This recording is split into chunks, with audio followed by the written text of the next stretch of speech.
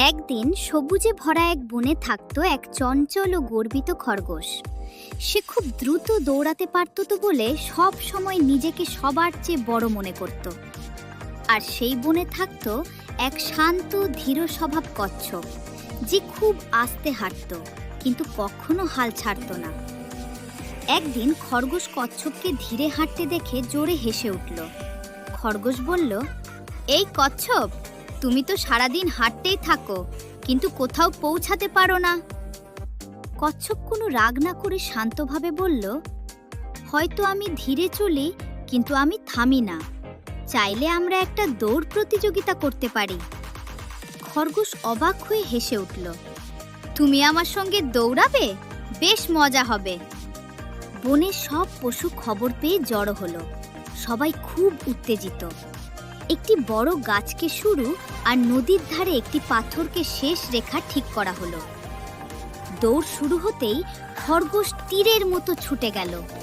কচ্ছপ তখনও ধীরে ধীরে এগোচ্ছিল। খরগোশ অনেক দূর এগিয়ে গিয়ে পিছনে তাকিয়ে দেখল কচ্ছপ এখনো অনেক পেছনে। সে ভাবল, ও এত ধীরে চলে, এখন একটু বিশ্রাম নিলেও কিছু হবে না। খরগোশ একটি বড় গাছের ছায়ায় শুয়ে পড়ল এবং অল্প সময়ের জন্য চোখ বন্ধ করল। কিন্তু সেই অল্প সময় কখন যে গভীর ঘুমে পরিণত হলো সে নিজেও বুঝতে পারল না। অন্যদিকে কচ্ছপ এক পা করে এগোতে লাগলো। সে থামল না, পিছনেও তাকালো না।